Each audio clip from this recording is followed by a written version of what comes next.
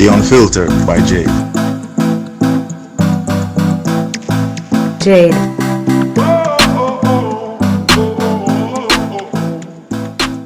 Welcome to the Unfiltered by Jade, where we get out of the box and dive into topics that are sidelined. I look forward to entertain, educate, and inspire. Feel free to like, share, subscribe, donate, and make everybody know about this.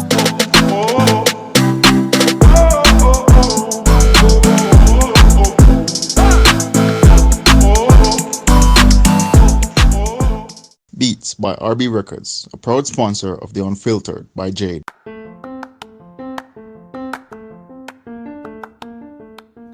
Shopping Assistance Jamaica takes the stress away. Our services include online and local shopping in Jamaica for individuals and businesses, personal shopping, purchasing of company and office supplies, importing and exporting small packages across Jamaica and worldwide, helping you to find unique gifts and items for all events and occasions. Contact us at 876-919-5195.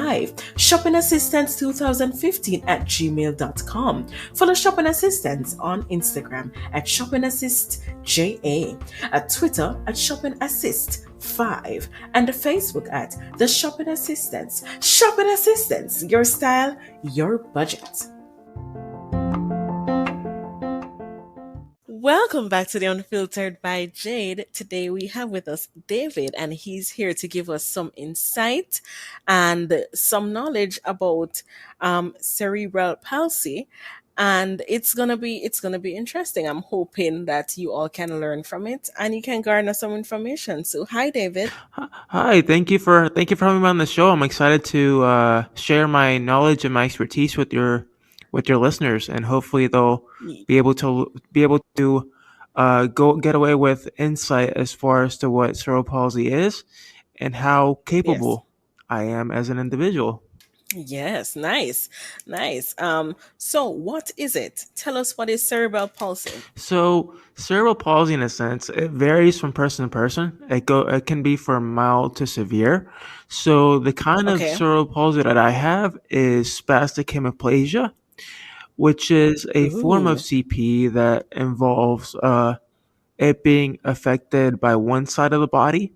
So for Okay. instance, my right side is impacted, and Mm. I have some mobility on my right side, but not much. But Okay. and then I tend to drag my right foot when I walk. So it's mostly my right side that's impacted. That's impacted. Okay. Okay. What are some of the symptoms? You already said with you dragging your feet, but what are some of the other symptoms and the causes of this? Well, a lot. Well, I suffer from spasticity, which is basically tightness and rigidity in the muscles. Sometimes you could have issues with. I have issues with coordination. You know, seeing certain things, doing certain movements, and Sometimes I'll have weakness. Like I can't lift anything too heavy. Right? It happens due to lack of oxygen to the brain from birth. Ah, okay, okay, okay, okay.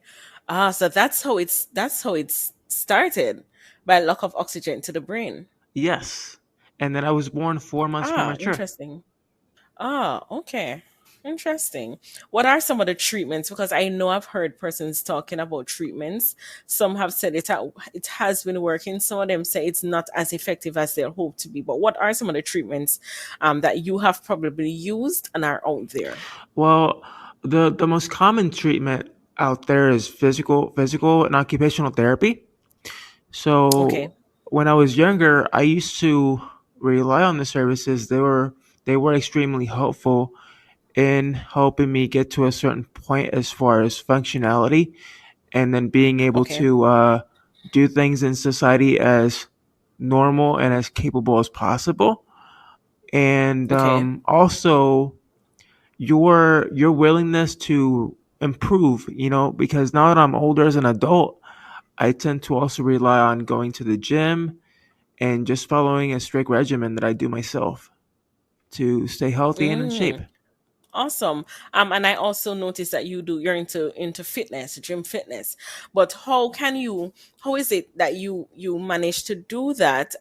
You're not able to lift up anything too heavy, but what are some of the exercises that you do that is it's okay for you to do those? I do a lot of dumbbell presses. Anything that's machine based, I can do. That you Okay. can kind of control the weight, and also the machines kind of help guide you. So those are probably the easiest Okay. things I can do. That involves weightlifting, and also stretching definitely helps. Okay. Okay. Flexibility, anything with resistance bands, anything Right. that I can do, Okay. that's that I can do freely or with machine is the best bet to help me. Yes. Yes. It's the best bet for it. Nice, very nice. How has it affected you in your life? In any way, I'm not. I'm trying to figure out how is it that it has affected you emotionally and mentally as a child and as a adult. Definitely, as a child, I struggle ex with the fact that I had CP, so I struggle with acceptance. Okay. Being told that you are you're an individual and you have this disability. However, when you're a child, it's very difficult because you see the children around you. They can be Mm-hmm. completely able-bodied, and you're the only one. You kind of stick out like a sore thumb, and sometimes it's difficult, Mm, to kind of grasp it.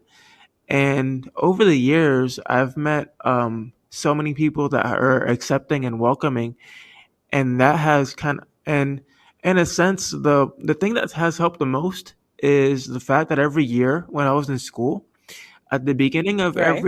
every grade, I would go to my classroom and I would explain to kids what I had, and what the disability is, and how I'm no less different than anyone else, except for sometimes I may need a little extra help or a little extra boost in doing Right. things. Nice. As an adult, is has it affected you the same way as a child or no? Oh, not at all. Like, I know as an adult, it hasn't really impacted me as much since I've kind of learned to accept the fact that I have CP. And but the Mm-hmm. education is still ongoing. It'll always still be ongoing. I'm always out there Mm-hmm. advocating for cerebral palsy and other disabilities alike. That we still Right. have, even as adults, we still have adults that are confused as to what the disability is. How capable are we? Sometimes they assume that the disability can be mental rather than physical. So Right. I've been approached, and sometimes, Okay. they tend to talk slowly to me, or they assume that I'm not, intellectually capable of, working or doing anything, normal in Ah, life. And so that's yes. not the case. Okay. Okay. Do you find it that as you used to do as a child before, you have to know when you go into the midst of a group of people, you have to explain to them that, or you don't do that. You just, be yourself, and hopefully people will come and ask, because I know that people probably would be sometimes afraid to approach because they don't know if what they're going to say is wrong, or they don't know if um people would take it offensive, or so, because we are not as educated as we should be about these things. Exactly, and there's various differences between children and adults. You have to take into consideration with children, you have to kind of bring it down to their level. Kind of break down the disability in a way that they can kind of understand it, and and understand that children are children. They'll say things that you don't like, but at the end of the day, they're Hmm. still kids and they're still learning. However, when it comes to adults, Okay. sometimes adults tend to say things that are Mm-hmm. very um, not so much like insulting, but disrespectful, and that's where you have to kind of cross that line, and you have to say, "Hey, that's not the proper thing to say." And with adults, you have to be a little bit more. You have to really stick up for yourself. Firm. Yes, you have to be firm. That's what I was just gonna ask, because I was about to ask, how is it that you have been able to deal with it as an adult, especially the negatives? And I know that you give talks at different places about it. if it is that person's come out to you and they say something negative, how do you address that situation? I don't brush it off. I try to explain the situation as calmly as I can and provide as much details and educate them to the best of my ability and not let it Right. bother me. It's you have to know that people aren't not everybody's going to be your friend. Not everybody's going to be friendly about your disability. Everyone has their own opinion, Yes. and you have to respect that. Mm. Yes.